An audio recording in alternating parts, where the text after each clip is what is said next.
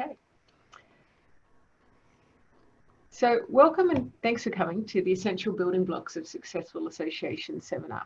Today we're going to go through what the underpinning foundations are that you need to have in place to have a successful association. Now, for associations, you don't exist to make a profit. It's not the primary purpose of an association. Really, for associations, it's purpose that drives you forward.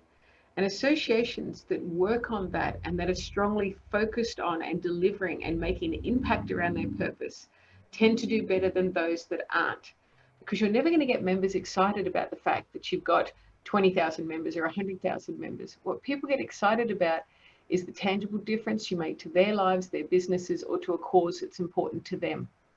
And there was a study done out of the University of Technology in Sydney, and it was a number of years ago now, but it's always I've always loved it because it found that the things that motivate people aren't cash, cars, and holidays. It's actually having a purpose, having a clear plan to achieve that purpose, having that pathway forward. And the number one motivating factor is progress against the plan to achieve the purpose.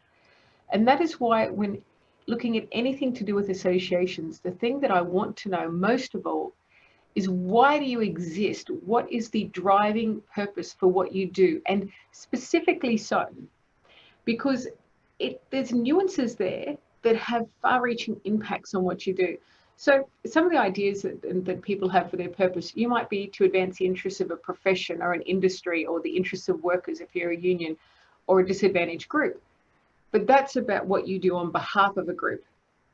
Another purpose might be about delivering to that group. So you might support individuals on their way to achieve career success or on the way for their business to be successful specifically. Now, it's important to define which you are because not every association is relevant to both aspects, to serving both the member directly and to advocating on their behalf. For example, there's associations out there like the Food and Grocery Council in Australia here. Now, that entity is an advocacy entity. When anybody joins that entity, they know the reason that they are joining is because the outcome they are seeking is to proactively influence the legislative environment that they operate in. It's a very, very clear mandate for that association. They don't necessarily have a lot of things to help you in your career as you go up through one of these big companies. Now, that clarity makes it much easier to do your strategic planning moving forward. There are other organisations. So say, for example, with Diabetes Australia, for example, if you remember there, when somebody joins Diabetes Australia, yes, they might be interested in the work that the organisation does on behalf of them, but in reality, when someone joins, they're also interested in what can you do to help me better manage my condition? How can you help me to have a successful outcome with my medical condition? And this is where, when you look at why you exist, think about what is it that we're here to do? What is the big change? Because when you know what it is with clarity, you can convey it to your members. And one of the stories that I love was, I was working with Marine Rescue in New South Wales. I was presenting at a conference, and I was talking about this concept of purpose and why you're there and how when members understand that, they're much more likely to be retained because sorry? That it takes them. Good. Yeah, sure. We'll just pop that there. So it takes them from that decision to join to the decision to belong. So when somebody first joins an organisation, they're a bit like it's a suck it and see kind of thing. But as they get more and more emotionally engaged with the organisation, it becomes more of an emotional connection. And that's when people get your purpose. Now, back to my story about Marine Rescue. When I was in there, I was talking about this. And this guy's put up his hand and he said, oh, I remember. And he related a story to me. Now, this chap, he would have been in his mid to late 60s easily. He said, I remember when I was young whippersnapper. And I was going out and I wasn't sure if I was going to stick with it, but I went out on one of my first night rescues. And it was a bit choppy. It wasn't good conditions for going out. And he said, we were going out to rescue somebody, but we got into trouble. And our boat overturned. And I found myself, I got a knock on the head, came to trapped underneath the boat. And he said, I knew it. I knew it at that moment why we exist as an organization. Because we exist as an organization because someone who's going through what I'm doing through now has got hope. They know somebody's going to come and save them. And he said, in that moment, I decided that that's it. If I got out of this alive, that I would be a member forever. And he said, my mates must have liked me enough because they rescued me. And what do you know? I'm still here today. And that's the power of purpose. When you can, it enables you to quickly and easily emotionally connect with your members because they can see what you're about. So that's the first thing when we're going through looking at the foundations. Before you can even get into them is to know why you exist, because when you've got that clarity of purpose, it provides you with a lens through which you can evaluate any activities that you're going to do. And this is really important because there's a number of different types of activities that associations can undertake on behalf of their members. The three broad levels are: you can exert influence on their behalf to achieve change. That may be advocating to the different levels of government, it may be lobbying to other organisations, but essentially you're working on their behalf to try and exert influence. The second one is when you say, well, actually, we're delivering powerful, personalised and timely value directly to a member. So that's a service that you provide. That might be things through running events, publications. It's the things that you do directly to help your members specifically, IR and HR advice. The third one, and this is one that has been neglected traditionally, and I think it's a shame because it's one of the key value propositions that an association has to offer, and it's a key competitive advantage over for-profit entities, which is this sense of community.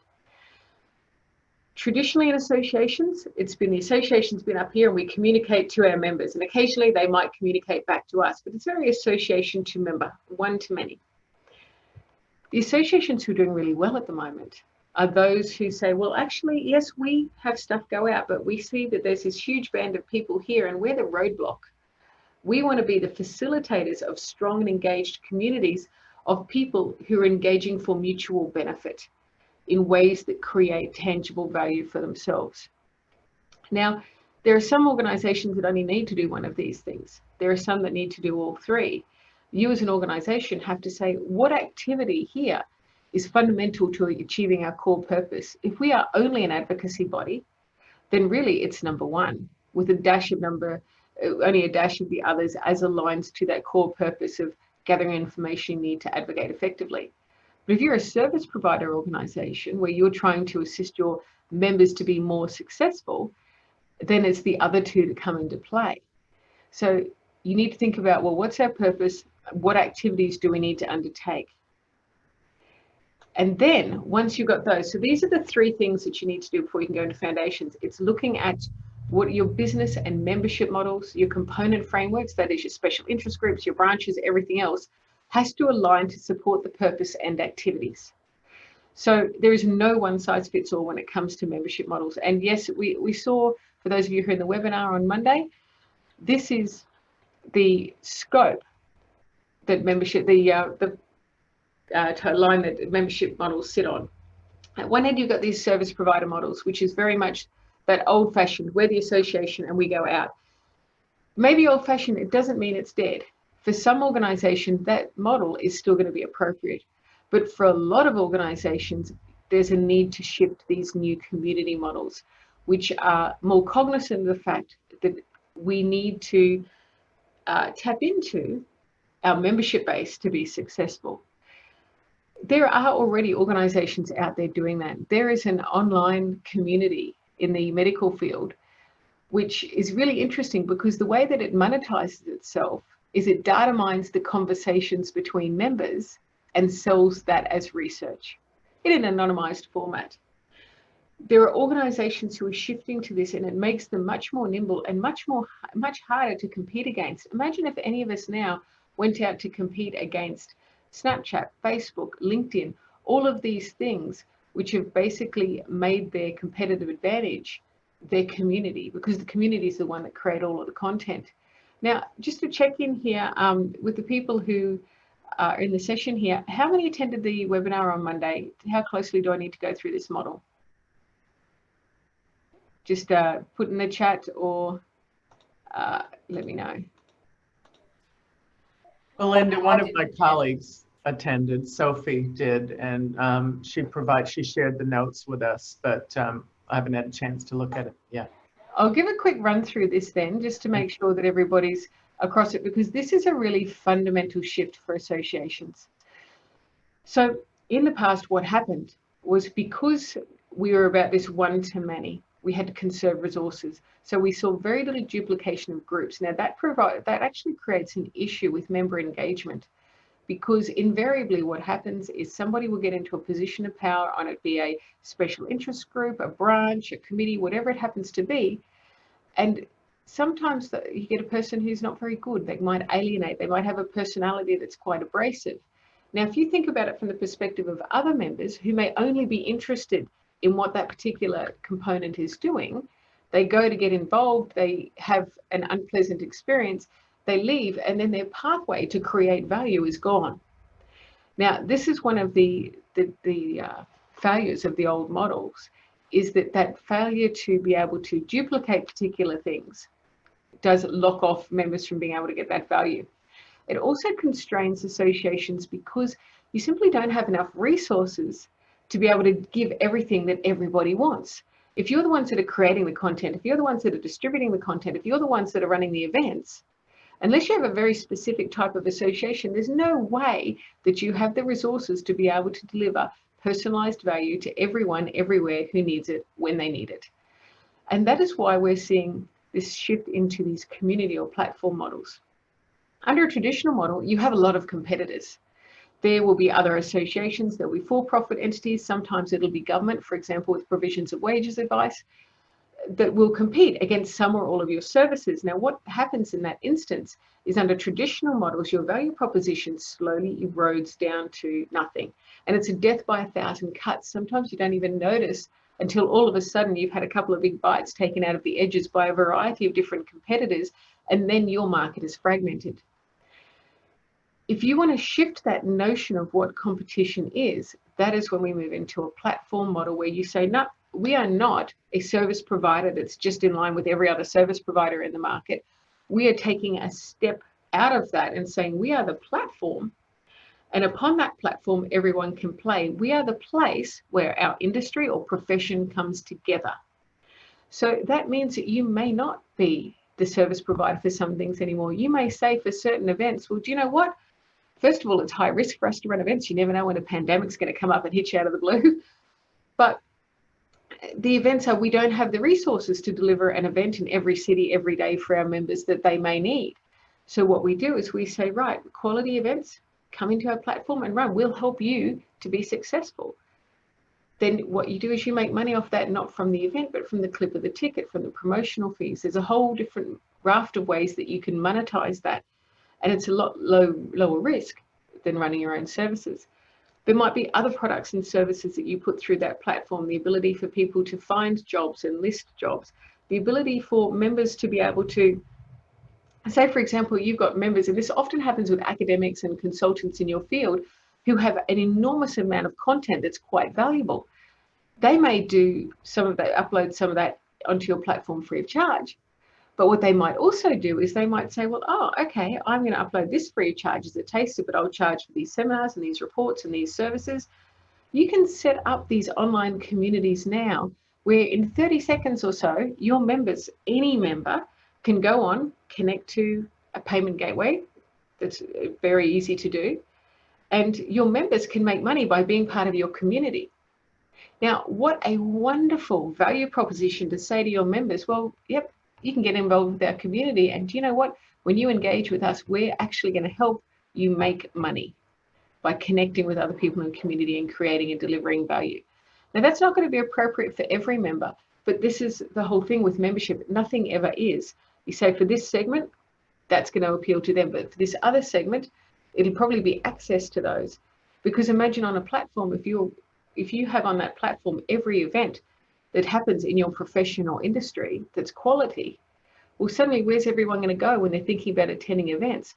You become the home for your professional industry. And this is an immensely powerful model. And right now, a lot of organizations are looking at pathways to get there. This is both a wonderful opportunity and a giant risk. The reason for this is in just about every field where I find associations, there's rarely just one. there's generally many associations that are representing an industry or profession. Now, membership is not very leverageable. Unfortunately, when you recruit 100 members to recruit the next 100 members and retain that existing 100 is almost double the work. At least it hasn't been traditionally. But what's happening with this platform concept is suddenly membership is becoming leverageable, because when you put in place the right technology, the right data mining, the right machine thinking, and the right marketing automation to back that up, suddenly your incremental cost per member and the incremental work that you need to do is dramatically lessened, because a lot of that can be automated. So if you're in a market that's crowded with a number of different competitors, whomever the first association is to successfully implement a platform model has a very real opportunity of completely dominating that industry or profession. So it's something to be aware of. And it's certainly something where I'd say that there's a lot of space for collaborations between associations who might come together to achieve something like this, because it is new, this is emerging, but it's definitely something that a lot of very big associations and a number of small ones are considering. There is another element to these groups as well. If you have a platform and it's very successful, you will have a vast number of transactions going through that platform.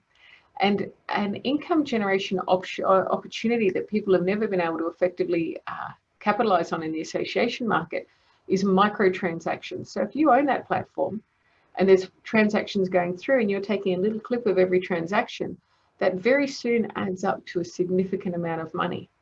So there's a number of different new income generation opportunities that never even existed before.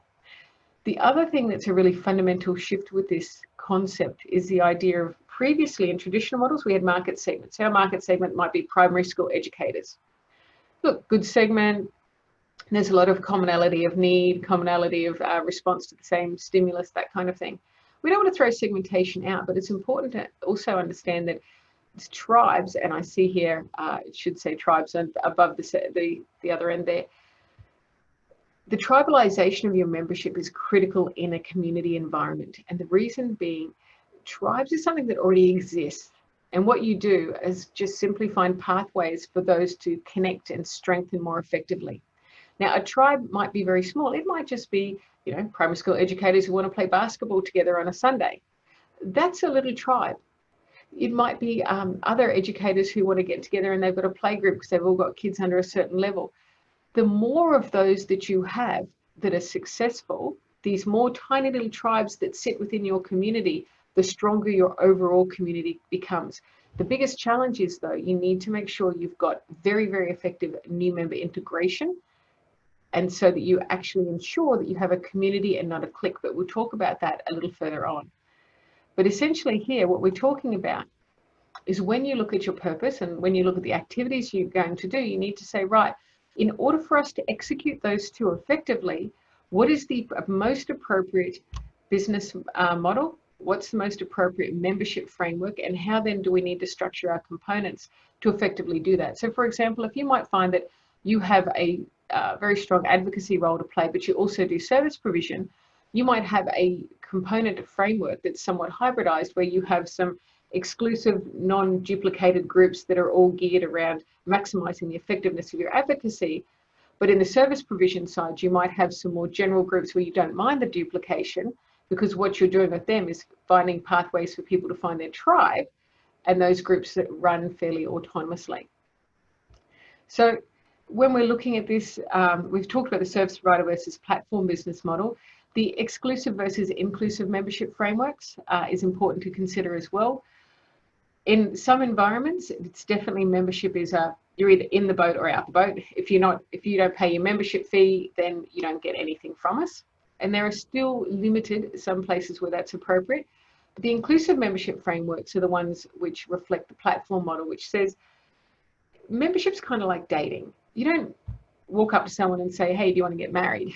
There's got to be a bit of a lifting of the, showing of the ankle on the way. So what happens with these inclusive membership frameworks is you'll have a pathway where you might have a free opportunity for people to engage, and then they can upgrade to premium memberships. And LinkedIn's a very well-known example of this, because anybody can come and play and drive value for free from LinkedIn. But once you've got into it and you got comfortable with it, you're more likely then to upgrade to your premium level. And their marketing automation is excellent at identifying who the prospects for that might be. And then also we've talked about those component frameworks here. I mean, traditionally we had stuck to very much these centralized models. The decentralized probably had been considered trendy for a while, but these distributed frameworks, when you're looking at building community, are absolutely critical to get right. And they're scary. Traditionally, when we've seen other subgroups forming around us, that's been something where we've been almost offended about why wouldn't they do that through us? But these are the people we need to bring in and nurture. We need to enable those groups to have a home within our association. So that's the three things that are important to understand before we go into these building blocks. Because if you don't get these three things right, these building blocks will not help you. Now, the building blocks of associations, what these are the enablers. What are the things that most people wouldn't give a crap whether you're doing or not, because they expect that you're already doing it right? These are the things that you're rarely going to get a pat on the back from your members for, but if you do them well, you will excel, and if you don't, you will struggle. There are 12 building blocks, and today what we're going to do is we're going to go through them one by one. The first is you need to have a visionary leadership team united by a shared understanding and passion for the purpose. That cohesion in the leadership team, board, senior staff, is absolutely critical. It's one of the only common success factors I've seen in high-performing associations in the last 25 plus years. The next thing you need, though, is the ability to convert a shared vision into a practical strategy. I've seen some wonderful visionaries in associations, but unless you can actually apply that, you're going to struggle. The third is the robust governance structures that provide the foundations for effective leadership. If a high-performing board really does impact the association as much as a poor-performing one does, and we'll talk about some of the characteristics of those shortly. Your software and your technology. Technology must start with the member experience. How do we deliver an incredible experience to members? How do we achieve that mass personalization of the membership experience, but at the same time streamline our efficiencies and our income generation opportunities? The offer. You have to have an offer that delivers powerful and timely value, and we'll go through how you can construct that, because one size fits all does not exist. Then we'll look at the recruitment, engagement, and retention structures that you need to be able to nurture a strong and engaged community, but also maximize all of the existing opportunities you've got to recruit and retain members, because there are some really easy frameworks that you can use to analyze your performance and identify opportunities that you could do right now, which we'll talk about. We're going to talk about having a passionate, purpose-driven culture throughout the organization, and then having a structure that supports and prioritizes effective thought leadership and advocacy outcomes, because you can't advocate on every single topic. How do you pick what you're going to do and how you're going to do it? A powerful branding, positioning, and communication strategy, because the reason is at the moment, it's as important as the message is, it's equally important with how you deliver it if you want to get cut through in action. At 10 there, we're going to talk about partnership and sponsorship programs that align and impact purpose.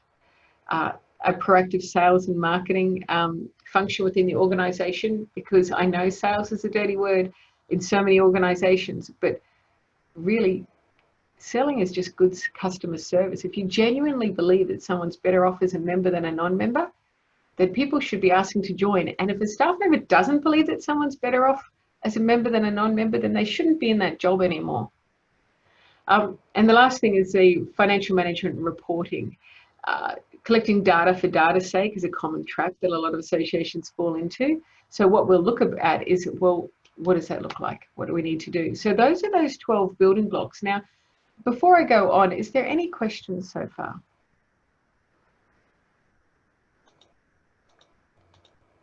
Okay. Any questions? No worries. Well, we shall push on. So I'm going to go through these one by one now. The first one is the visionary leadership team united by a shared understanding and passion for the purpose of the organization. Now, this means that when I look at what associations are really performing well, doesn't matter what governance model they've got. It really comes down to that working relationship between the CEO, the chair, and the board. And when that relationship is working really well, associations tend to excel. So it's worthwhile spending that time and adding in. And I know people look at some of the socials with the dinners and things like that, and yeah, they can be a bit naff. Sometimes they can be great. You've got to pick the activities that you can do that are going to strengthen those social relationships and those bonds between all of the different parties. But if that's not working effectively, nothing else is going to work. So and we'll talk more about this when we get into governance models, but the other thing is when you can get agreement on the vision from the board, sometimes it can invigorate that board in a whole new ways. And I can't count the number of strategic planning sessions that I've run where we've gone through and we've actually been able to articulate the purpose of the organization. And you see these penny drop moments for these board members who are like, oh, because they can see what they're doing is contributing to more than just shifting around papers or making decisions on whether the wall needs to be blue or pink. And that's what you want to get to, because when you can engage your board with the purpose, it can overcome a lot of personal differences.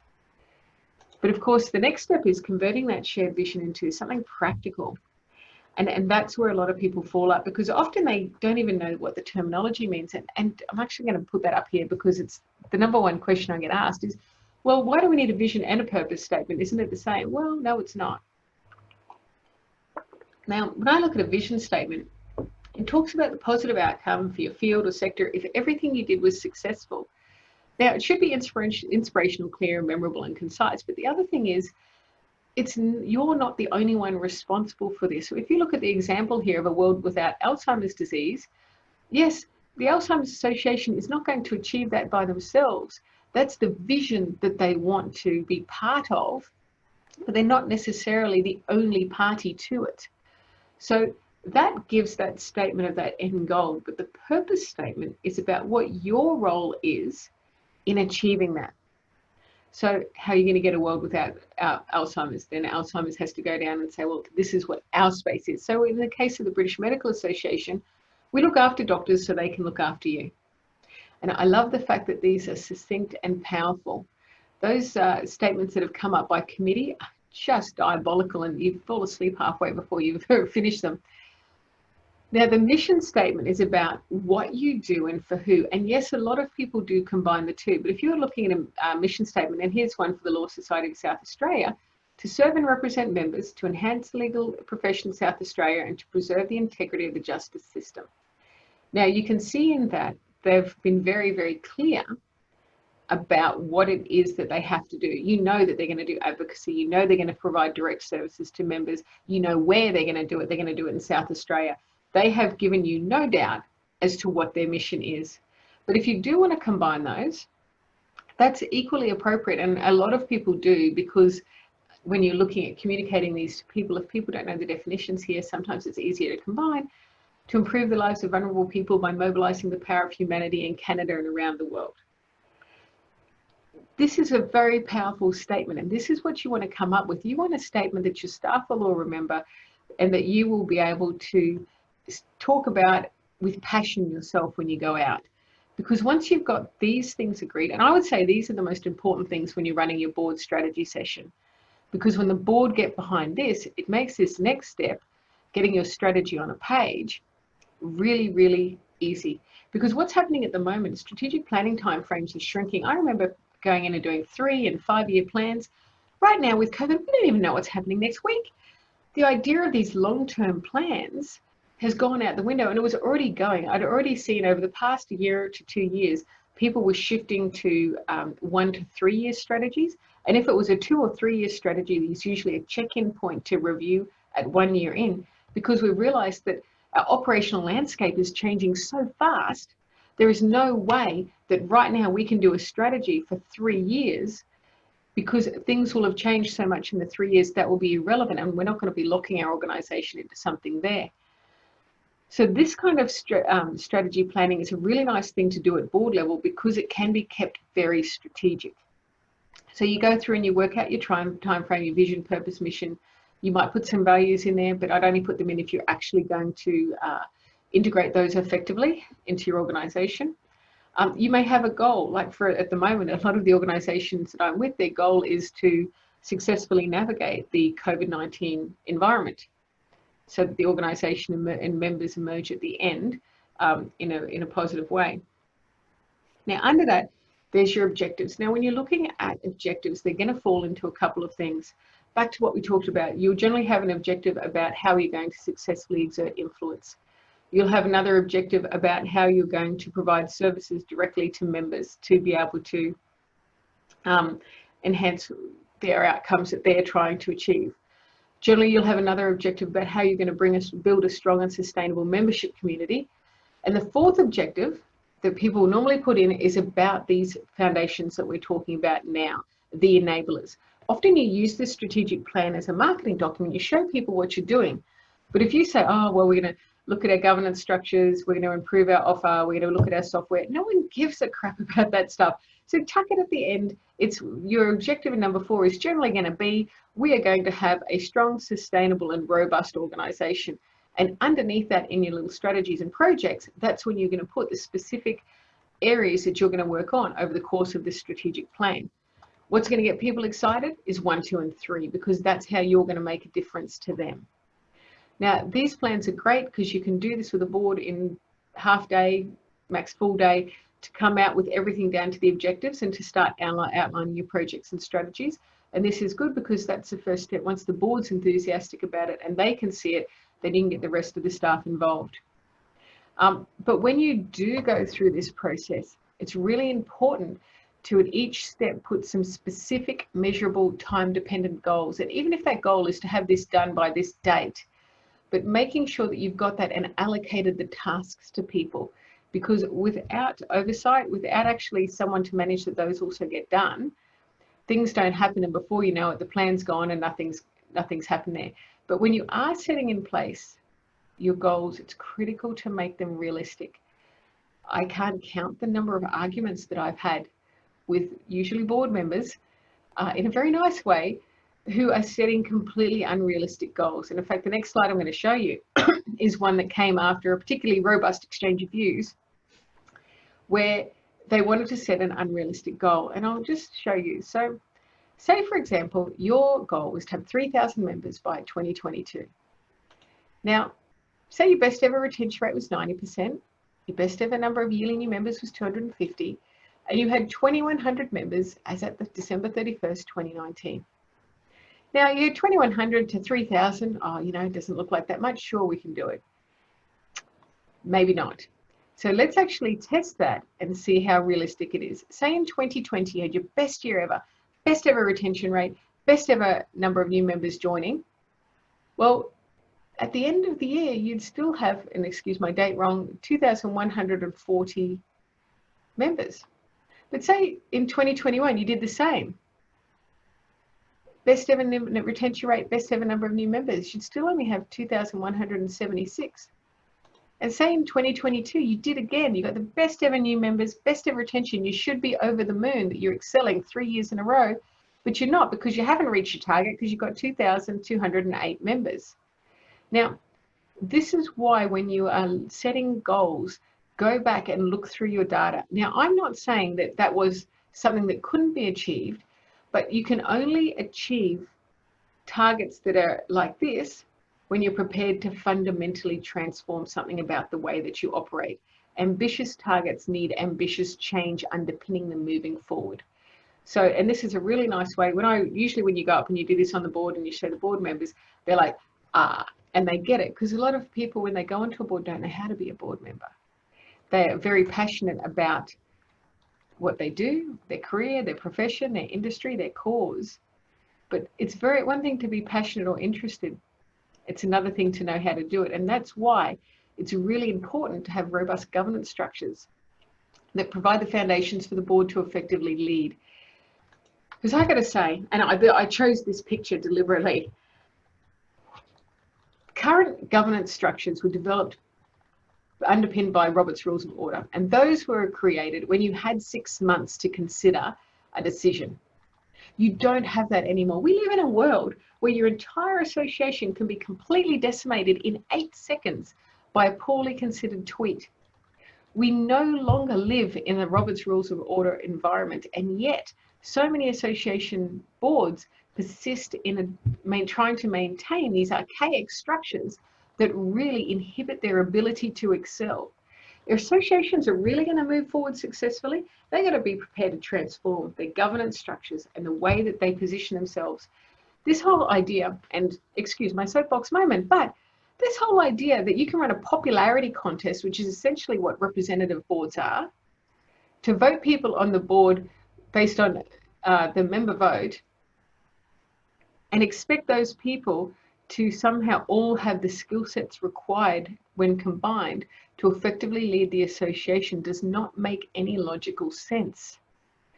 I'm all for having representation on the board, but I encounter boards who have, when you look at the board, the mix of skills is not that which is going to effectively lead that association forward. You can't have, and as happened many years ago, there was an association representing mathematicians, and the board not only was entirely made up of mathematicians, but they decreed that anybody employed by that association must also be a mathematician. The events manager, the receptionist, the accountant wasn't so bad. But this is just it. There are skill sets required to execute a role. And as much as you need an excellent events manager to execute the membership role, your board member must be equally qualified. Now, if you have representation on a representative board that's voted by the members, they're going to need the training to understand what they need to do to operate within the association environment, because whether you represent a profession or an industry, the association sector is a completely different environment, and you can't leave people without the skills, without the knowledge that they need to be able to manage it. And I'll show you here, this is a few slides I often use when I'm talking to boards. When I look at a board and I think that's great, these are the kind of characteristics that I'm seeing. The board themselves has a shared vision of the future, and each one of them can articulate that vision. They have a clear understanding of what their job is. They understand the difference between operational and strategic. They know that their job is oversight, to set the strategic direction of the organisation, to appoint and support the CEO. They ask how they can help to achieve those things. And I do love it when you've got boards who understand when something is getting operational and can stop themselves and say, oh, sorry, that's your thing to do, isn't it? The other thing they're characterised by is great relationships between the board members, and these open and robust discussions that don't go down into something that's abusive. They actually have a really, really solid, powerful, friendly discussion when things, even difficult issues, are being raised. Strong policies and procedures as well. It's really interesting to see the number of association boards that have these governance manuals that no one's ever even seen. They exist, but if no one's ever seen them, they're not a living document, then it's not even worth having them in the first place. And that is why we see a lot of people who put these little board training things that come in. So if you had a board meeting coming up, and that board meeting might be going for 6 hours, say, you might start off with a 30-minute training session. You can play a webinar, give them some information, hopefully something that's related to something they're going to be making a decision on later on, but give them new information to ensure that their decisions are going to be informed. And that might be teaching them about governance, membership, fundraising, accounts, reading reports. It could be anything, but you're not going to get a great result if you try and spend a week training all of your board members. People can't absorb that much information and apply it that quickly. But you put a drip feed campaign that goes on and you embed that into your ongoing processes, that learning, then you can create and upskill your board much more successfully. And that ability, we talk about the skills, being able to do an analysis on your board and see what's missing is really important, because often the addition of, and I'll give you an example, younger members, and I won't name the association to avoid naming the guilty, but there was a particular association I was invited to do a strategic planning session for. Now, the board of the association was mainly made up of white men over the age of 50, which wouldn't have been a problem if most of their members weren't female under the age of 40. And feeling that maybe there wasn't enough representation of the broader membership at the board level, I asked if they could invite a couple of these younger members to the planning session. And So we're going through the planning session and we're talking about the kind of things that the association could be doing to better engage with these younger new graduates who are coming out. And this old chap, and he was lovely and he was very well intentioned, but he sat there and he goes, I'll give these young whippersnappers the benefit of all my years of knowledge. I'll start a mentoring program and I'll tell them what they need to know. And he was going on like this. And one of these young girls that was there, these young ladies, she was having a drink and she literally spat it everywhere. And she turned around to him and she said, "Are you bloody kidding me? If I want to be mansplained too, I'll talk to me dad." And thankfully he took it well. But the point was taken. You need to have people on the board who can advance and talk to different member perspectives. If you've got all of one particular group on there and all of one particular skill set, this was an entirely representative board, you're going to miss opportunities to be successful. Now, this is why the other thing to do is keep doing that on an ongoing basis. Look for what skill sets we have, because most of you will have in your constitutions the ability to appoint board members. There might be things coming up where you need to temporarily appoint someone onto the board who's got a particular skill set, and that position may only go for 6 months. It may only go for a year, however long it takes you to navigate it, but actively look to pick up these skill sets. And that's also look for strong succession planning as well. The way you elect the president should not be, who stepped backwards last. It's about looking at who's got the right skill sets to lead that organization, how they're going to be perceived by the membership. But probably the biggest thing that comes to the board reformation that I'm seeing that needs to happen is getting the board to accept that they need to have nimble, data-driven decision-making processes. There was a wonderful piece of research that came out in 2007, and it's been repeated many times with exactly the same results, which ended up writing a whole chapter to the fact that board members of associations are not representative. What they found is that when someone joins an association, they're very much about what's in it for me because they're not yet engaged with the whole collective value of associations. Then the longer that they're a member, the more engaged that they become, until finally they're highly engaged with this whole idea of the collective and they feel that they belong. Now, where do most of your board members come from? They come from this end of the highly engaged spectrum, which is generally your smallest cohort of members. So the decisions, when the board makes a decision then, based on their opinions, this statistically showed, were not representative of the majority of the membership. And this decision to join research strongly encouraged boards to look at data, research and evidence when making decisions rather than relying it on their own personal opinion. Now, the overlay to that is the decision-making timeframes have changed. We no longer have to have time to wait for one of the 4 board meetings a year that happens. The idea of having the flying minutes and things like that, the ability for the board to operate even when they're not face-to-face or even when they're not in a board meeting is absolutely critical. But you know what? A board is a collective. It's made up of people. And it is absolutely critical that the right people are on the board. And that means that as an individual, each individual on the board needs to understand not just their own industry, but the association sector, which is a very separate sector, works on very different cycles from a lot of other sectors. They need to be passionate about the purpose. I had someone say to me once, do you know, there's only 3 reasons people go on a board: self-interest, ego, and altruism. And every day I hope that my board's mostly the latter. And generally there's going to be some kind of mix. But no matter someone's motivations for joining, you want them to be passionate about what you do. And they've got to have that commitment to actually get involved and do what they say they're going to do and what their duties are. And if they don't, they shouldn't be on there. They've got to be able to show respect. The number of reports that I get constantly of behavior at a board that would not be tolerated in any other environment is unbelievable. Bad behavior by board members needs to be stopped, because not only is it going to risk the lack of leadership from the association, but the other thing is there's also the other risk if someone takes action for bullying or something like that. The biggest skill set that I like on a board is the ability to remain strategically focused and to understand the difference between strategic and operational. And often that takes a strong CEO to be able to push back and say, well, actually, that is operational. And on a practical level, they need to be able to do the job. Check that people know how to read a financial report and know what to look for. And I'm not talking about, the risk and audit level going into the absolute minutiae of each of these reports, but even the ability to scan through to understand what it is that they're looking at. We can't assume that just because someone's got voted to a board that they're able to do that. And it's been really nice to see now that a lot of boards are coming into these more hybridized models where you've got a mix of appointed and representative, and there's other structures coming through as well where, for example, a group of member peers come together and then they help to pick who's going to be appointed based on who they think is going to fit in with them. So there's lots of different things that you can consider there, but it is absolutely important that the governance structures and the board are operating effectively, because the rest of these means the rest of these will flow more easily.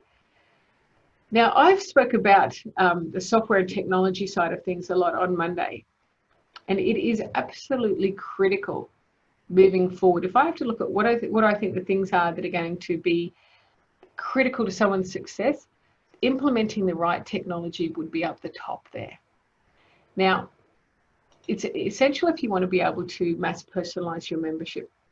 But it's essentially, when you're going in and you're trying to pick technology for your organization, the challenge is always going to be budgets. But even for a low budget, you can still get in a good piece of software, but you've got to know what you want to do with that software before you go out and purchase the software. So I'm always going to lead with maximizing the member experience. One of my frustrations with so much of the software available is that it starts with the CRM. Here's the database, and we plug everything into the database. And I don't think that this traditional way of looking at software is effective, which is, as I mentioned on Monday, why I've gone and written a whole new piece of software for online community building, because I couldn't find anything that gave the same kind of experience to someone they get from Facebook or from using Apple, these places that really look at the experience first. Your software needs to be able to deliver tailored value and solutions to members. So having even the basic level of data analysis, being able to capture details about members so you can present them with the right opportunities. Someone who's a student doesn't want to hear about retirement planning. Someone who's about to retire doesn't want to hear about new ways to get your career moving. Being able to tailor what you're sending out, and this becomes particularly important for those of you with organizational memberships. In the association world, there's lots of different types of associations, and different technology is right for different types of associations. So in the professional association space, you've got what we call a first career professional association. That's where an association like lawyers, doctors, architects, which tend to follow a fairly set career path where you go out of school into uni, then you do some kind of on-the-job training before you get fully qualified, and then there's a career after that. Second career professional associations tend to represent professions that people gravitate to after they've already had another career, like the Institute of Company Directors. Now, with industry associations, they represent businesses, and there's different types of industry associations. There's pure advocacy and pure service provision and everything in between. Now, those industry associations traditionally have organizational memberships. If you have an organizational membership, one of the key factors for your success will be how deeply you can penetrate into each organizational member. So if you have an organizational member and it's got 25 staff, how many of those people do you have on your books? If you've got one, you're really limiting yourself, because if that person leaves, it's as if that person was that organization was never a member. But the challenge, and this is where your technology comes into play, is that that organization is made up of people who might be at different levels with different experience and different needs from your organization. When you start building your database with all of these people who are staff here, one of the things that you need to be able to do is to tailor your relationship with each and every one of those people so that you can actually present them with opportunities that are going to make them more emotionally involved with what you do. And this is where it becomes challenging, because there's not a lot of technology that enables you to do that effectively. But it does become, if you can get it in, it really helps, because then you can deliver that tailored value and solutions to the members and really work to delight them. And of course, your internal workflows and processes, none of us here have unlimited time available to do things. And so you want to make sure that you're investing time, money where you need to. So when we look at streamlining internal workflows, what you want is the technology to tell you where human intervention is required. So you might automate, as a very large union did recently, they put in marketing automation around their new member integration and around their renewal processes. And in the first year, they halved their attrition rate. That means that of all of the people who usually don't renew, they halved that number. Now, what that did is because it automated all the things about renewals, except those things where human intervention was needed. And the technology was what enabled them to do that. And it only escalated it to a human when that resource, that investment of resource, was going to produce a useful outcome. And all of these things geared to help you achieve your goals more effectively and build your communities. And that's the other thing. There's a lot of great technology, or there's a lot of technology out there and available, but the problem is a lot of it's very functional, transactional. And when you're looking at technology, and if community building is important for you, you need to make sure it's aligned with that concept of building community and facilitating tribes. And then the one thing that sits above all of this, and this is something a lot of people forget when they're putting this together, but your technology must be geared to create useful insights. I'm not interested in reports for report's sake. I don't want to see a list of members, a list of data. What you want to be able to do is get curated insights from your technology that you can use to inform your decision making. So, for example, your retention. Yeah. So your retention rate, for example, might be 86%. And your technology may be good enough to tell you that. But how do you know if that's good or bad? What's the context? What you really want to be able to see is what was it last year and the year before? Because if last year it was 96%, holy crap, you've got a problem. But if last year it was 76%, well, let's break out a bottle of champagne because congratulations, you've really done a turnaround. You want your technology to be producing reports that provides context for your data that you can then use to make decisions on. And this is where your selection of technology will have a huge impact on your success.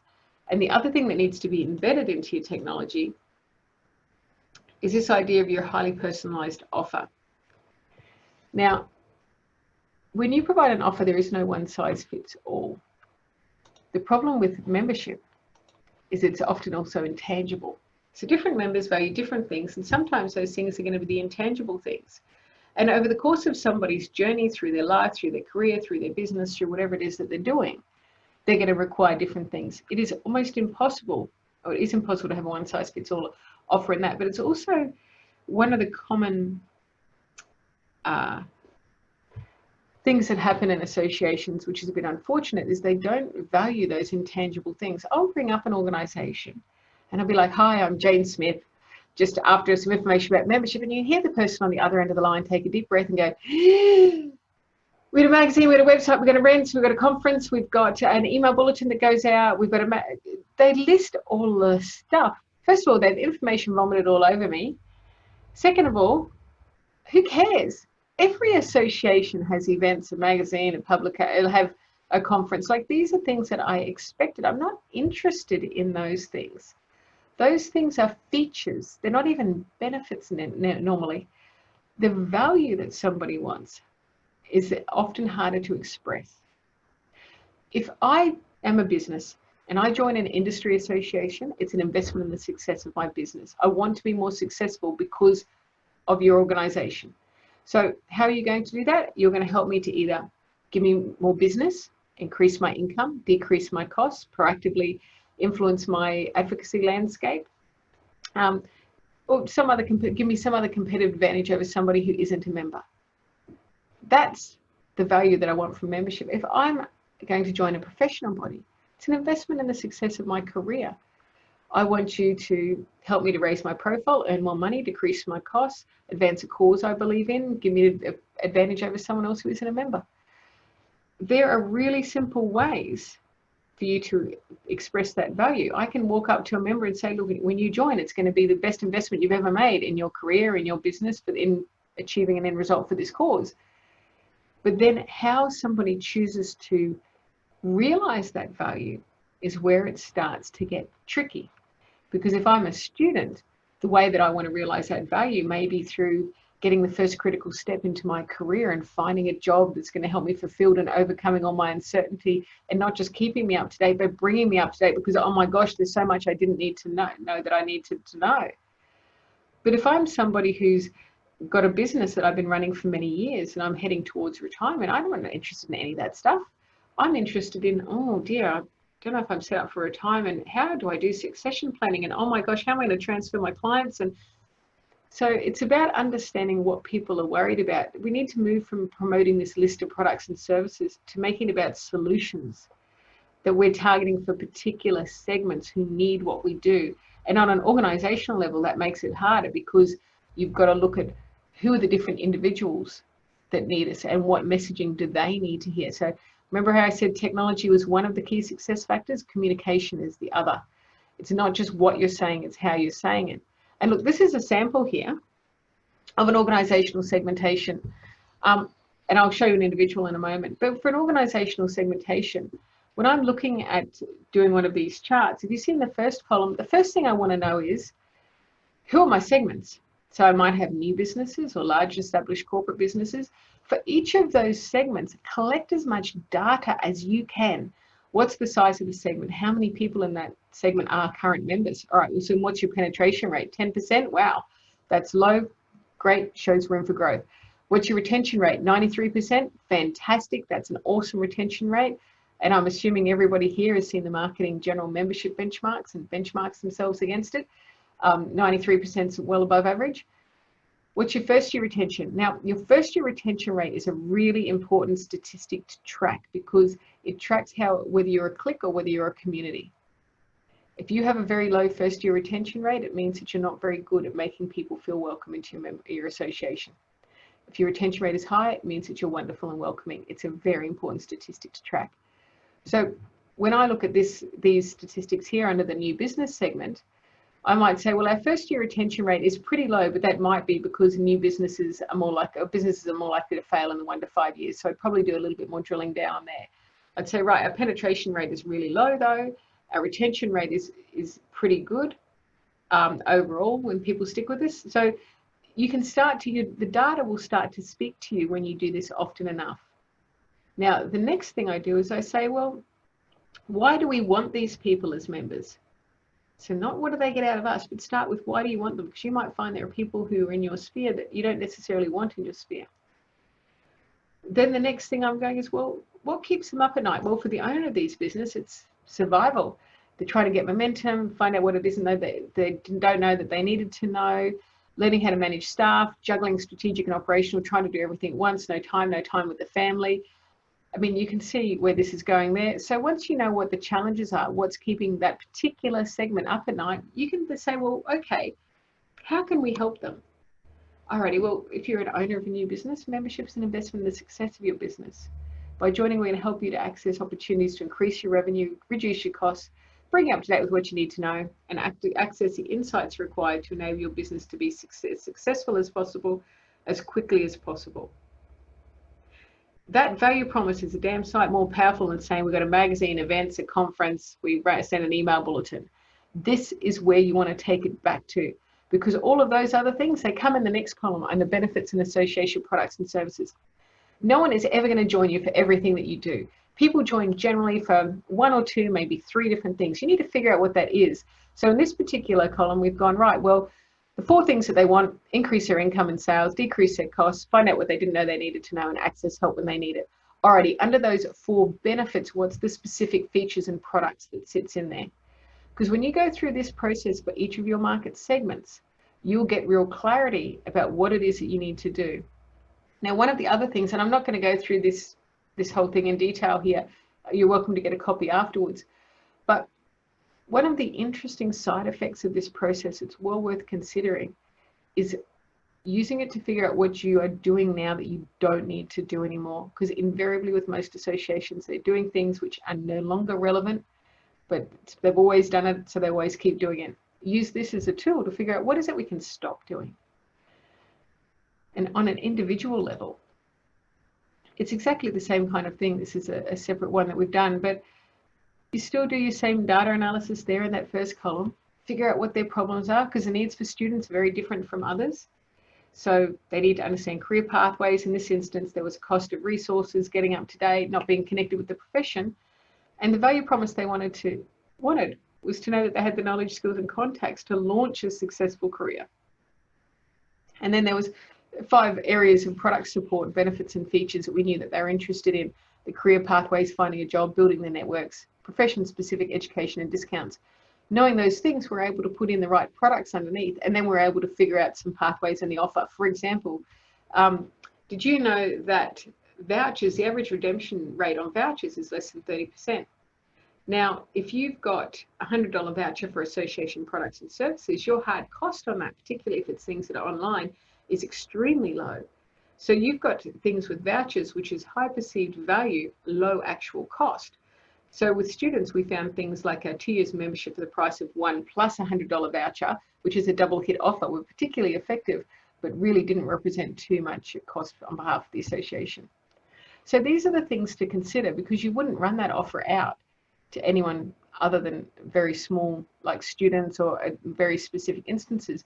So when you start looking at it by segment to put together your offer, what you're doing there is you're really being able to focus down and deliver something that's really awesome and engaging for that particular segment. Now, one of the things then that comes in after that is you can start looking at trends. So this document that I've got up here, it's just a sample of what you would generally keep somewhere. This is really important because often what happens is there's staff churn, and if a particular staff member leaves, you don't know necessarily what that person's been doing, what the overarching strategy that's been running with member recruitment and retention. Now, member recruitment and retention cycles work over many, many years. You can see what's happening when you do your segmentation. If you do your data out by market segment, you can watch the flow. But the problem is staff might only stay with you for 1 or 2 years. So how do you ensure that you're maintaining the pathway that you've chosen? And I'll show you here with this business is over 5 million turnover, one on the bottom section here. You can see here that the market penetration was 74%, 75%, then up to 87% in 2017. Now, normally if somebody came in new and said, wow, we got 87% of the market. All right, well, first up, what I'll do is I'll just approach everyone who's not a member to see if they're going to join. Now, in this instance, if that person then read and said, right, well, here's where we're up to it. The segment's nearing full penetration. The highly personalized campaign we undertook last year to engage with the last remaining non-members was highly effective. We're nearing full penetration, are fully aware of the join intentions or lack thereof of every single non-member. Any further recruitment activity is unlikely to yield returns. Action move to maximizing penetration into each organization and focus on nurturing and engaging with individuals within each member more effectively. So somebody coming in new would then go, whoa, okay, so I don't need to do that because that's just been done last year. I'll shift and go with this continuing the existing strategy, which then increases the likelihood of your existing members being retained. So you can see that need for having that overarching multi-year approach to what you're doing. Now, the next section that I want to cover is recruitment, but I am aware that we're getting very close to a time for a break. So what I'd like to do now is talk through the 6th of the essential building blocks for associations, which is a recruitment, engagement and retention strategies and processes that nurture a strong and engaged community. Now, this is something which I started out doing this in the early 90s, and the way I actually got into consultancy was through developing some models around this that worked exceptionally well. When we're looking at recruiting and retaining members, we need to consider that everybody's relationship with us is different.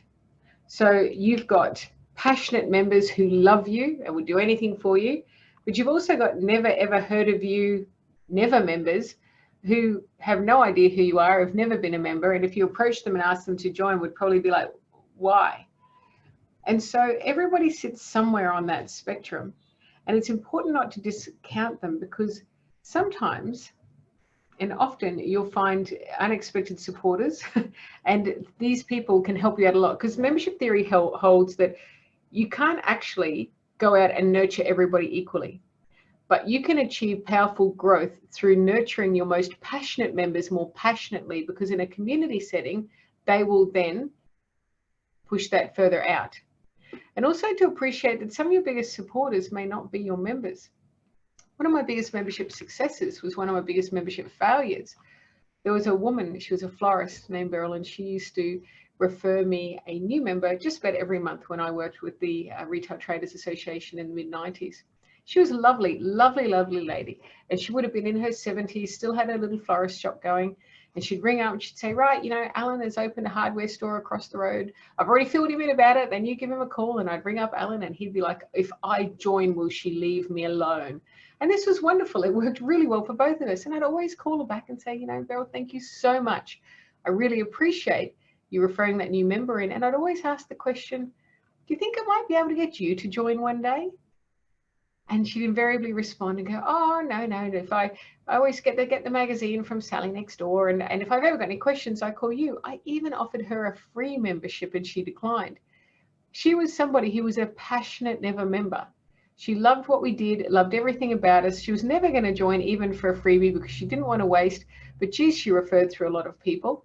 So we need to consider who in our sphere do we want in our sphere and not limit ourselves to just members. And how do we move people along that continuum of low trust, I'd never heard of you, so why would I join, to the passionate, well, of course I want to be part of what it is that you're doing. And it's important to keep this in mind because you're developing a relationship with people. And this is why the idea of having some kind of free category of membership, some free way for people to engage with you that gives them a decent level of engagement is really important. So when you're looking at this idea here of these models, so this is the 7 steps to effectively recruiting and retaining a member. Now, right now, you could write this up on a whiteboard and go through each of these and immediately identify where you have issues. And if you want more information about these in detail, on the Answers website, answers.net.au, you'll find the Membership Manager's Handbook, which has quite a number of detailed chapters that go through how to structure these. But to give you the overview, first of all, how do you generate the leads? So this is how do you actually generate the leads? How do you qualify to see if they're a valid prospect for membership? And if they are, how do you capture them? And how do you classify them for future follow-up? So you know when you're putting them into your marketing automation, what category of potential member or market segment they fall into. So oftentimes we'll see associations who are struggling to grow don't have any lead generation activity in place and wonder why they're not growing. You need to be able to get the raw materials for your membership machine if you're setting that up. Now, the next thing is if you are particularly great at generating leads, one of the challenges is that you don't necessarily have the capacity to follow up each and every one of those to a successful conclusion. So you need a way to build a relationship with people who aren't yet members. So this is where your prospect relationship management process comes into play. This is the process that you employ to build a good relationship with people on your database who aren't members. It's really powerful if you can segment this, because what you want to do is to convey that perception to members, because no matter what you are, people are what you are what people think you are. If they think that you're useful and valuable, they're more likely to be predisposed to join, but you've got to send the right communications to them to make sure that that's the perception that you're creating in those people. So if you send them a whole heap of stuff that's not relevant, they're less likely to be engaging with you. But if you send your prospects things that are going to be relevant to them, they're more likely to engage. So this is a way about getting them into your events. If you've got an online community, it might be getting them involved in your online community. They might be able to form groups, connect with others, feel that they're becoming part of your association community. And I much prefer the word community when you're talking about your members because it is an inclusive term. The next step is saying, right, what is the actual mechanism that we use to convert somebody from a non-member into a member? So that's your sales process. This is, do you run reactivation campaigns into past members? Do you run specific campaigns throughout the year targeting particular member groups? Not these broad scale, just send an email asking people to join stuff, because that's not going to work. This is where you might have, it might be an email, a hard copy. The use of an outbound call center is absolutely really, really worth considering, because we use a call center actually here in Brisbane called Optimum Contact for all our stuff, but it's brilliant because your return rates go through the roof. So you have, you'll get some return off an email, a little bit more off a hard copy if it's well done. But when you've got somebody picking up the phone who knows what they're doing and has got a good guide script to take them through the call, that's when we start seeing amazing results, because it goes back to research that's fairly consistently shown. The number one reason that people don't join their industry or professional association is that nobody's ever asked me. Now, asked is not, they've never received an email promoting it. What it is no one's ever picked up the phone and said, so how about it? Do you want to join? And in this, if you can put in your sales process that element of personal sale, that makes it very powerful. And if you overlay that with marketing automation built into your community that drives through that baseline, so you have proactive sales and then your baseline marketing automation, suddenly you've got a very powerful mechanism for converting prospects into members. And this is the kind of thing that you want to be achieving if you want to get into strong growth. But then the next step becomes really critical. I have a number of clients that I work with over a long period of time. And I had a client of mine that I've been working with many, many years, and I hadn't seen them for about 2.5, 3 years when I visited them late last year. And when I went in there, they said, oh, we don't know what's happening. Our membership growth is going really well. Our recruitment's going well, but our retention rates dropped. And as soon as I looked at the figures, the data was screaming out. It told me exactly what happened. I said, guys, go back and I want you to work out what's your retention rate for people who were members up until about 2.5 years ago when you started running these campaigns, and what's your retention rate on people since then. The retention rate on the members who had pre-existed before all of the campaigning started was higher than it had been previously. The retention rate from the new people who joined was quite low. So what had happened is they'd gone into these hardcore sales but hadn't backed it up with new member integration. Remember how we talked earlier about you don't want to be a clique, you want to be a community. And this is what you need to do, is to create those pathways where people feel that they're welcome. And this is where the detail matters. And one of my favorite stories happened to me many, many years ago, and I've always recall it because it perfectly illustrates this point. A friend of mine sat on the board of an association here in Queensland. And due to my friendship with her, I introduced a new member to their association. Now, what had happened was they had their AGM dinner that came up a few weeks after that. And I avoid those things like a plague. And yeah, I've got a lot of association clients. I'd be out every night. But both a friend of mine who sits on the board and the friend of mine who I'd introduced attended that particular event. Now, I caught up with a friend of mine who sits on the board a few days later. I said, how was it? She said, oh, it was brilliant. It was so much fun. We played this hilarious joke on the executive director. We partied till the wee hours. It was so nice to catch up with everyone. I haven't seen them for so long, and it was just a really great night. And she went on and on and on. I started thinking, holy crap, I missed the funny, decent one in history. But then I caught up with a friend of mine who I'd introduced a couple of weeks after that. I said, I hear I missed a great night. She said, no, you didn't. It was disgusting. She was so angry. She's like, I don't want to be a member anymore. I'm not going to be renewing my membership. I want nothing more to do with those people. And I asked her, I said, what happened? I know those people, the board, the staff, they're great. They're awesome. And she said, well, there's only one other new member there. No one spoke to us. They just sat us both together there. It was all in jokes. I had no idea what was going on. The guy sitting next to me, the other new member, was an absolute sleazebag and wouldn't take F off for an answer. I ended up leaving before dessert and it was miserable. Imagine how different that member's experience would have been if just one person from the association was asked to have the ad hoc volunteering opportunity of making the new members feel welcome, filling them in on the back jokes and stories and introducing them around. New member integration is about the detail of making people feel welcome, and you can build that into your marketing automation. You can build that in through working with your members in volunteering opportunities, and also getting your new members involved. The critical segue between an uninvolved member and an involved member is ad hoc volunteering. And that's little things. At one event, just getting a member to show people around, getting someone to speak, getting someone to review an article, write an article, take a photo. There's lots and lots of things. And every single time somebody contributes in some kind of small way, it makes them more likely to contribute again on a larger scale. And when you're looking at new member integration, and you want to get people involved quickly, getting them involved in those small opportunities is a great way to do that, because your first year retention rates will always be lower than every other retention rate. And it's one of the reasons that we strongly advise that you track first-year retention rates, because that will tell you how successful you are at engaging new members and welcoming them in.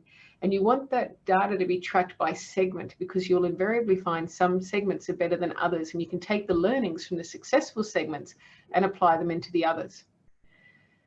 So the next step that comes after new member integration is your ongoing member relationship management, ensuring that all times that people feel that they're better off as a member than a non-member. And that's about building the communities, creating the connections, delivering the value. And here's where, like, I love testimonials. Never say anything good about yourself you can get someone else to say for you. And testimonials are so powerful in the prospect relationship management, the sales process, new member integration, but don't discount their power when talking to members and getting members to share how this association has helped them to be successful. Because humans evolved to speak through our need to gossip, is my theory. And it's those stories that become the lore of the association, as in the stories, the history, the narrative that sits behind it. You want to go and tell stories because it resonates more. If you went out and said to somebody, we saved the industry $1 billion, well, no one's ever going to see $1 billion in their bank account. And so it's like, eh. But if we can go out to our members and a member says, do you know, I'm a small business, and being a member of the association this year, it saved me $18,000 through the insurance, through this, and that's money that's as good as back in my pocket. Holy crap, they're worth the $1,000 membership fee. That story is the one that people are going to talk about because that resonates to them. And it's important to do that because before you know it, the renewal process hits. And renewals are essentially a referendum on member satisfaction. That's all they are, with a yes or no answer. Now, if you look at renewals, they should be started early. Now, your renewal process essentially starts as soon as somebody's paid their renewal or joined, because the decision to renew is based on your experience with the organisation over the year. But you can do things which will maximise the potential for people to renew, and that is multiple points of contact, starting as early as possible. Really, you should be having the first messaging going out sort of 2.5 to 3 months prior to the paid through date. And that renewal, at the moment, we're seeing a lot of adaptation of the renewal process to match COVID-19, because with a lot of people working from home, a lot of people transitioning roles, you can't be sure that the renewal is actually getting to the person in the first place for them to even have the opportunity to assess whether they'd like to renew or not. So traditionally with renewals, we normally went out with a hard copy and an email in the first instance, and then we'd follow up through progression of time with a few more touch points up until the renewal date. And then there's normally a phone call 1 week after they've lapsed. They get a phone call to see, is everything okay? What we're seeing now is that phone call is getting shifted much, much earlier into the piece, because what we're finding now is if you do the double hit, so you say you send the email and you send the letter, if you don't get any click through on the email, you may choose to download that list of people who didn't open the email and phone those people just to be sure that it's actually getting through. Because there are these little things now. And also, in addition to that, you want to be able to identify what else you can be doing to maximize your renewals. For example, shifting people to direct debit is a wonderful, it's actually a wonderful opportunity for several reasons. If somebody's on direct debit, they're more likely to renew, mainly because apathy is working for you. If somebody has to take action not to renew, they're more likely to just let it sit. But the other thing is it changes the buying decision of membership. And it's particularly important during the COVID-19 crisis, because say your membership fee is $600. Someone may desperately want to renew and may love you and find you valuable, but they may not have $600 in their bank account to pay you right now. But if you're on a $50 per month direct debit, $50 is a very different buying decision, and somebody's much more likely to have $50 sitting in their account. So if you don't currently offer direct debit for your members, I would highly encourage you to look at implementing a rolling direct debit. And if you do offer it, but you haven't had a huge amount of member take up, and your members are of the type, because you wouldn't offer it to sort of massive corporates, but if your members fall into the category where that would be appealing, I would definitely make sure that they're well aware of it now, because you may find the reasons for non-renewal aren't that they don't want to renew. It's because they either can't afford it or they never even saw the renewal in the first place. So it's critical to get this process down now. And if you look at that membership manager's handbook, it's actually got a few sample processes in there. But interestingly, that's not where the membership journey ends. some of the most successful recruitment campaigns that I've ever run have been into past member databases. And the reason that this is powerful is because it's a different communication challenge. If I'm speaking to a never member who may never have heard of us before, there's a whole lot of information they need before they can even get to discussing the buying decision for the membership, because they need to know who we are, what we do. There's a lot there to process. If I'm going out to a past member, they already know all that. So if I'm going out to a past member, all I need to do is to tell them what's changed, what's different, why should they join right now? And this is where integrating a reactivation campaign at least once a year into your campaign schedule is absolutely imperative. Now, this can be difficult for some people. I know there's people out there who are still on those ghastly rolling anniversary date renewals, which I loathe with a deep and abiding passion, because renewals are multiple points of contact, and sometimes renewal processes can run up to 6 months, 3 months before and 3 months after. And if you have a rolling anniversary date, which means that people are renewing exactly 1 year after they joined, that means at any one time, half your membership are in the renewal process, and it becomes very time consuming and resource heavy to do. Whereas if you have a single date renewal and or direct debit, it makes it much, much easier, because then your renewals are a single campaign and you can slot a number of other campaigns throughout the year around that. So you maximize your resources around renewals, because you can harness all of the staff, all your volunteers on that, and then that frees up the time to focus on growth. When you move to subscription models, and or having direct debit, that makes things so much easier as well. And that's why I'd strongly encourage people to have a look at that. But this is the process. Now, if you can get this down and fit it into this structure, is a really nice way to organize what you're doing.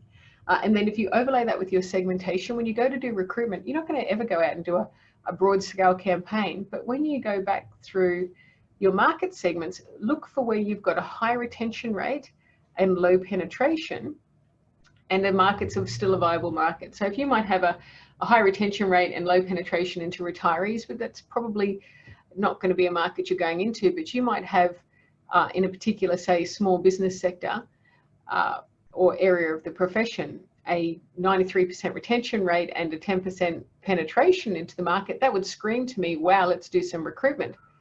But if your retention rate was 73%, I'd say, whoa, before we do the recruitment, let's just have a look. Because really the target retention rates for a lot of people at the moment, there is variances depending on the type of organization, but generally professional associations, 88, 89%, industry bodies, 90, 91%. Industry associations have a slightly higher retention rate because they're organizations. With professional associations, you've got to factor in the death rate. People die. It's rare that I would see a retention rate above 95% in a professional association. When I do, that's fantastic. And I've had one client who had a 5% death rate per annum, so in their professional association. So you've got to account for, when you're looking at reasons for non-renewal, it's often useful to divide that into reasons that we could affect and reasons that we can't. So that's the overview of a membership. If you want more on that, I'm running, not next week, but the week after, I'm going to be running in-depth workshops going through all of this stuff in a lot more detail around how do you effectively execute it. But I wanted to move into the last few that we've got here. So number 7, when we're talking about the building blocks, is a passionate, purpose-driven culture throughout the organization. Now, you will have seen this quote, and often misattributed one, called Culture Eats Strategy for Breakfast. You can have the best membership model, the best market segmentation, the best member recruitment, retention, engagement processes, but if your staff don't have the culture to support it, you may as well not have it. That's the third thing. Technology, communications, and the people, your staff team, are the 3 critical elements for success that I would say that will affect you more than just about anything else. And having a good staff culture is imperative. Now, one of the things that's happening, and the challenge you have in the COVID situation, is everybody you're dealing with, your members, your board members, your leaders, your staff, everybody's undergoing some kind of mental stress at the moment. Whether that mental stress is because they're in isolation and working from home and trying to juggle kids and everything else, or whether that mental stress is because they're going to work and they're risking getting sick, and they're risking the health of their families and loved ones. So we need to be really more cognizant of this than ever before when we're looking at how we manage our staff teams and our workplaces. And this is why it's absolutely critically important that your culture is spot on, because if it's not, that feeds out to the membership. The culture of your staff is contagious. And I still remember I get called in for some random things, and I got called into this one client a few years ago, and it was really interesting because it was their active members who weren't renewing, and that's unusual because normally it's the active members you can pretty well guarantee they're going to renew. And the lady in the front desk had rung out and asked all the members why they hadn't renewed, and they'd come back and saying they hadn't used the services, and I thought, they're lying. I can see they've used the services. So in the end, I cracked it and went, fine, I'm going to just ring some myself. And so I started ringing through a list, and I stopped at 10, and I asked each one of them the same question. I said, look, I'm completely independent. Nothing you say is going to get back in any way that identifies you, but please, can you tell me why you didn't renew your membership? I really need to know. And I stopped at 10 because everyone gave pretty much the same answer, which was, that lady on reception, she's such a bitch. This woman had single-handedly devastated their membership because she was such a miserable, foul person to deal with. And every single time someone rang, she made sure that they knew it was an interruption to her day. You can't risk that when you're trying to build community. Your staff team needs to be completely geared to that. And it's hard to be that if you're not enjoying where you are. So the creation of healthy workplaces, and if somebody in your workplace is toxic, I don't care how good they are at their job. If they're toxic, they need to be replaced. There's just no place for that, particularly not with the risk to the organisation from bullying claims, which we see come through quite regularly because of the emotive nature of associations. And when it comes down to this concept, the membership department is not the whole organisation, but the whole organisation is the membership department. And the actions of even those people who don't deal with members can have huge ramifications. And I'll share just an association in Sydney a number of years ago had an accountant who'd started, but had not ever spoken to a member, but had read the Constitution, which clearly stated that if a member does not wish to renew their membership, they must notify the association in writing 30 days before the paid through date. Now, time for renewals came round. He'd not had anybody send him a letter, so he sent out the renewals. And to everyone who didn't pay, 30 days later, they got another notice with a big yellow sticky note on it, which said, please pay in 30 days or legal action will be taken. That guy single-handedly devastated their membership that year without speaking to a member because he didn't get membership. And this is the thing. This is where membership and associations is so different from the corporate world. We're not a transactional entity. We're an entity where the work begins when somebody joins, because it's a relationship that we build and we maintain and we deliver on. And everyone in the association has to be geared to understand that. And for some people, it's just a matter of getting the message, sharing the stories about how you make a difference. I mean, I can still remember the thing that triggered it for me when I first started out in associations when I was considerably younger than I am now, but I was working and doing outbound calls and selling membership in the 90s. And I remembered calling, and I was speaking to this one lady, and she was a mess. Everything was going wrong. She had staff problems. Her merchant facility fees were so high that when somebody paid on card, she was essentially paying them to walk out the door with her stock. She was thinking about closing up her store.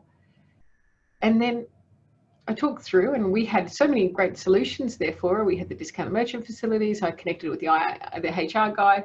We actually managed to get it solved that by the end of the call, what we'd actually managed to do is turn everything around, and she was so happy and joyful and had so much hope for the future.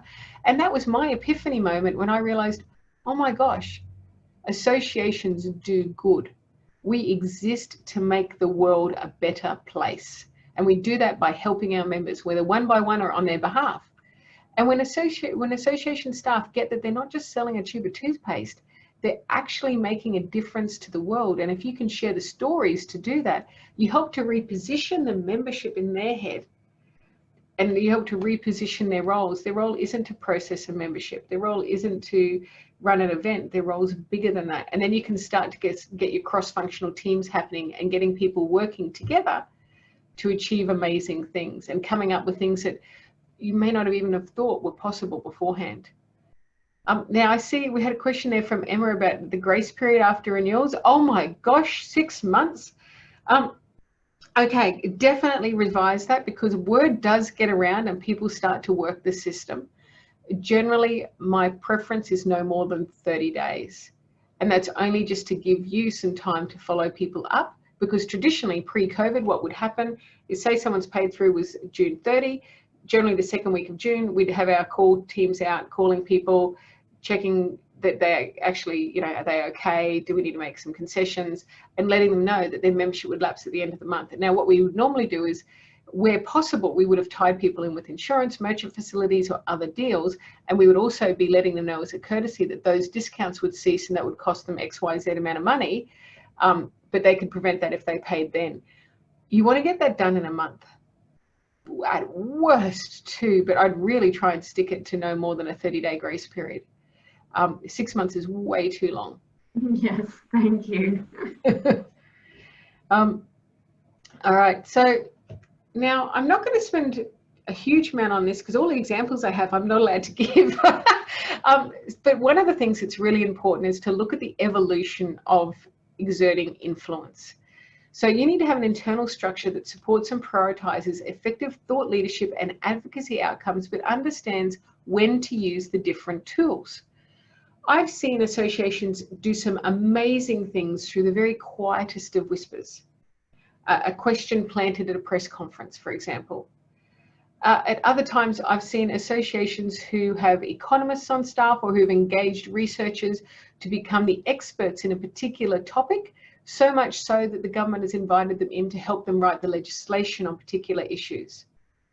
But then again, I've also seen times where they couldn't get cut through the other mechanisms, and they've had to go out and use the strident voice, getting out in the media and making a loud noise about it.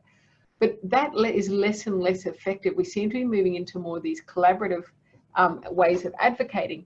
And for associations that I see that are really high performing in this area, they're very strategic. They know when to use what. And the interesting thing is, talking about the COVID-19 crisis, we've been talking to people about how that's shifted their advocacy, because we're doing some pre-work for some research we're doing in this space at the moment. And one of the things that's been reported back is where people had invested the time to build really good working relationships with the ministers and the bureaucrats prior to COVID-19, they were able to get much easier access to those people now when they're trying to talk about negotiating stimulus packages and things like that. The people who tended to deal by the strident voice and not ever employing those other elements are having less and less success getting into those people that they want to speak to. So having that real strategic approach, looking at who you need to know, and appreciating sometimes you're going to achieve something on the quiet through something very, very strategic, is going to be a really key success factor in this, particularly because the nature of influence is changing. We can mobilize people. If you've got a community of people, you can mobilize people to action if the cause is strong enough. But when you have a tool that's strong at your disposal, you want to be really clever about how you do that. And I won't say too much more on that, except for do look at the thought leadership side of things. If there's something that's really critical for you, it might be in property, it might be stamp duty or something like that, here in Australia anyway. That kind of thing, then actually get the research. If you've got the funds, employ the economist who can model out and actually demonstrate how, for example, if the government implements this policy, it will represent what is the impact on the economy, what is the impact socially, where you can demonstrate a proper evidence-based reasoning for why you need what you're putting forward. You're more likely to be heard, and you can more likely then to obtain the position or get into the position where you're a collaborative partner with those kind of issues. Now, one of the things that will help you is if you have a really strong brand. Now, I know a lot of people, they go, oh, brand, they don't really see the value, but consider this.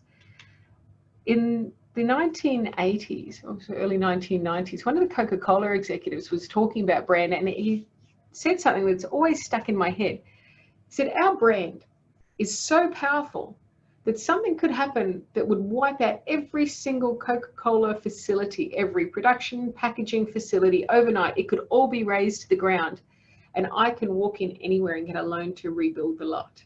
That is the power of our brand.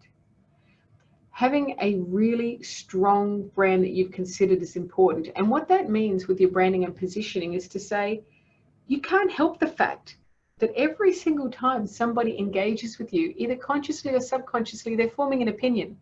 It's just what us humans do. But what you can do is you can pick what is the opinion that we want them to have of us. Do we want to be seen as professional, fun, friendly, accessible, knowledgeable? What are the opinions we want to create? Once you've actually selected that and practically thought, this is what we want to create, then you need to make sure that your brand reflects that. If you want to be seen as fun, then that's probably going to be put out through your visuals. If you want to be seen as professional, then everything is going to be consistent. You might find, and that then goes not just into the visual and the publication elements and websites, that goes beyond that. That goes into, do your staff answer the phone in 3 rings? How quick is your turnaround on emails? It gets embedded throughout your entire organization, including your communication strategy. Because good communications is not telling people stuff. Good communications is figuring out, okay, what is the action that we want to create? Okay, what is the message that we need to send, and via what channels to create that outcome, that action? And how I measure the success of my communications is not how many people clicked on an email, it's how many people undertook that action. What impact did that communication make? And that is why, more than ever, we need to utilize the broad communication channels at our disposal to be able to send targeted messages to the right people at the right time. And that means that understanding there might be one message we want to get out, but how we package that message is going to be different. And I'll give you an example. A client of mine has a really, really good travel program.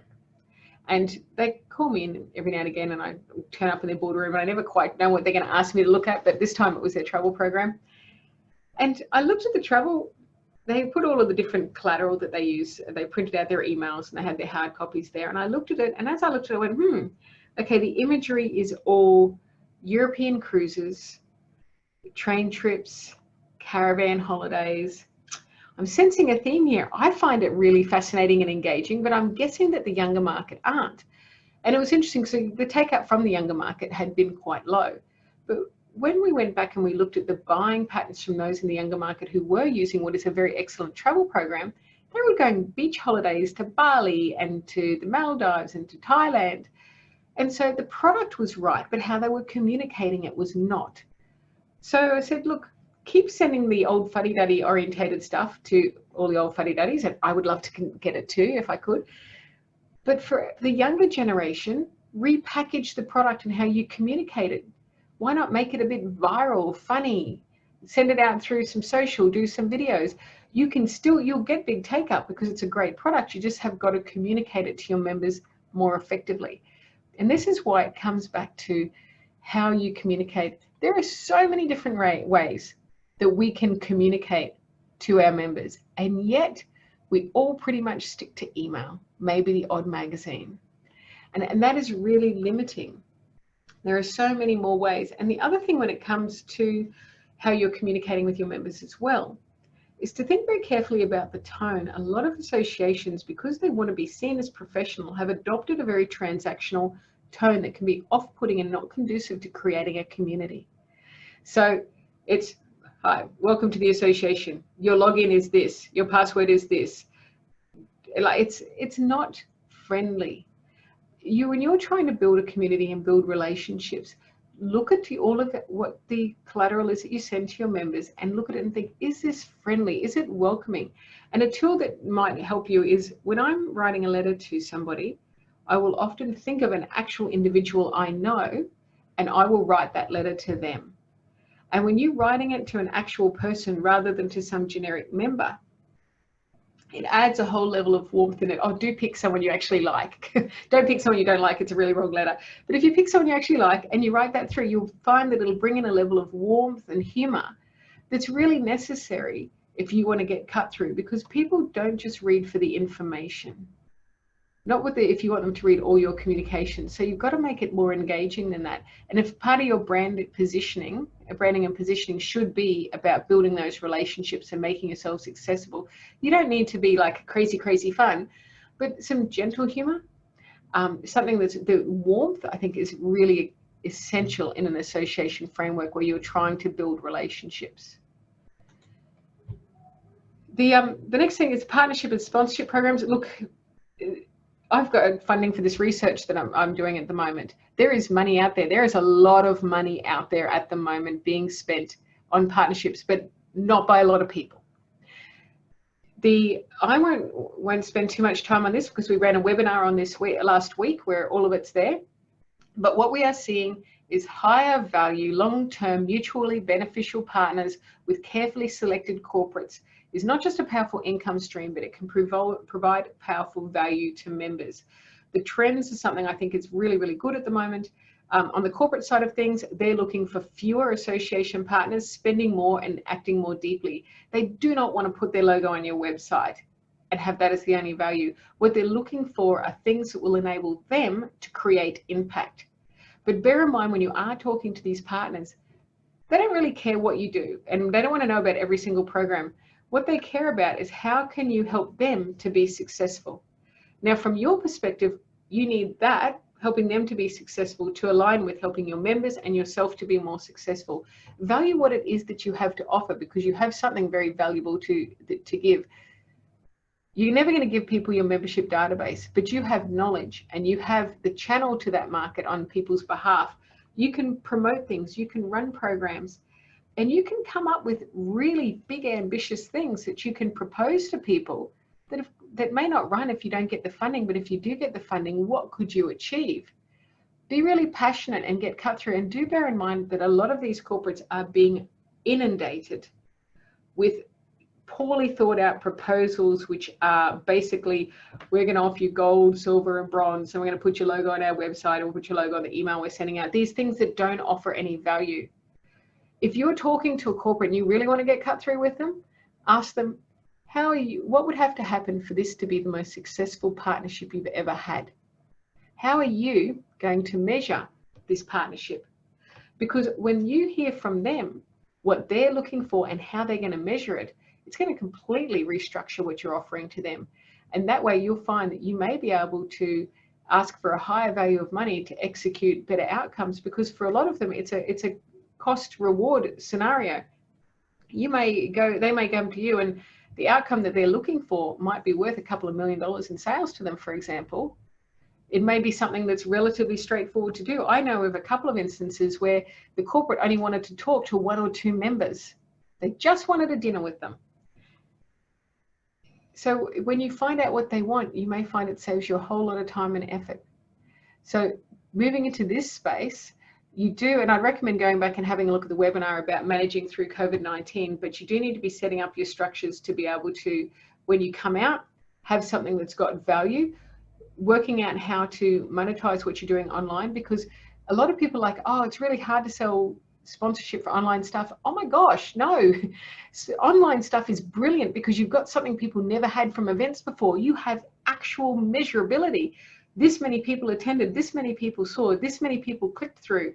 This digital world enables you to provide very powerful reporting back to the corporate, because you can't make their sales for them. Never get into anything where you've got some sort of measurable on the sales they make, because that's their job.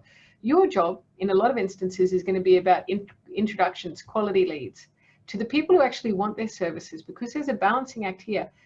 The members always come first. You are never going to put a member in a situation where they're hearing from someone they don't want to hear. So, but you can come up with really creative ways to identify those members who do want to hear a particular message and connect those people together in ways that the member will love. For example, and this is an offline one, but I did this, I had a particular sponsor who wanted to engage with some people from the association sector, and they had a really good product, loved their stuff, had worked with them a lot. And so I said, well, how are you measuring it? What do you want to achieve? And they said, oh, we really just want to talk to, we need to get 15 proposals out. That's how we're measuring it. And it was a very significant investment. And I said, okay, Well, I tell you what we'll do is you can give me 170,000, but in addition to that, I want you to book out View to Mind in Melbourne, Cafe Sydney, and Aria in Brisbane, which is sort of like arguably the 3 best restaurants in each one. And I said, you're going to book a full degustation with all the wines. I'm going to send you a list of not the people, but the organisations who I propose coming along who fit the criteria that you're after. You tell me who you don't know. They told me who they didn't know. I said, great. What I'll do is I'll invite the CEO of those organisations to a full degustation at the best restaurant in their city with all of the wines. I'll invite 6, you'll be the 7th, and I'll be the 8th. And by the way, you're also paying for me to fly down there. Now, do you think that any of my clients who I sent that invitation to said no? Heck no, they were overjoyed. Not only were they going out for a free lunch at the best restaurant in town, but they had the opportunity to catch up with other association executives at the same time. And it was brilliant. From the sponsor's perspective, I told them they weren't allowed to mention their product unless specifically asked. And they blew their target out of the water in 3 months because I came up with a creative solution. And you know what? I didn't put their logo anywhere.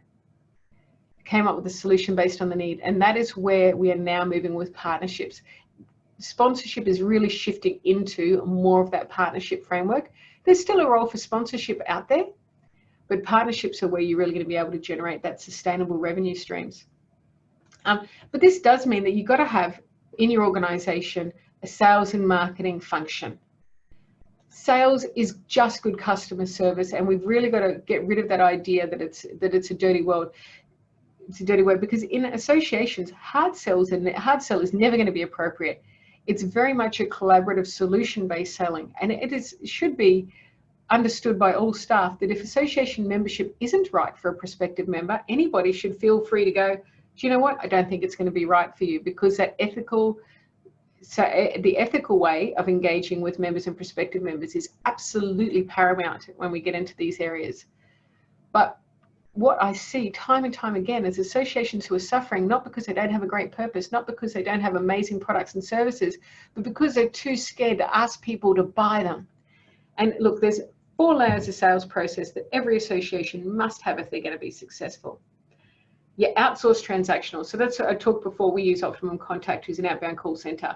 I can turn them up and down whenever I need them. So I might say, right, I'm running an event. Optimum, can you call these 300, 500, 1,000 people about the event? Renewals, great, go, new member campaign. And it's great. I can turn it up or down depending on what I'm doing, and I don't have to invest in having a call center in-house. And it also means that I've got someone who's a professional at it and knows associations. Then the next level is an in-house transactional. So your in-house transactional is somebody whose only job it is to sit on the phones and follow up those.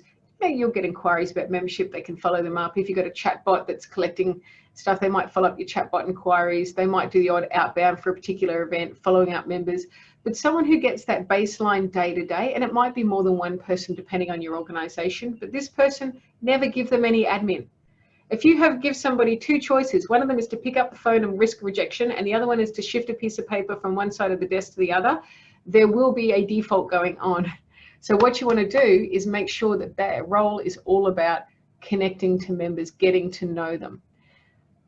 The next level up is an in-house high value. So these are the people who they're not going to do your $500, $1,000 membership sales. These are the people who will go out and do your $20, $50, $100, $500,000 sponsorship. They might also do your group memberships. It's quite common for this particular role to do where you're picking up a whole heap of members at once, or a partnership.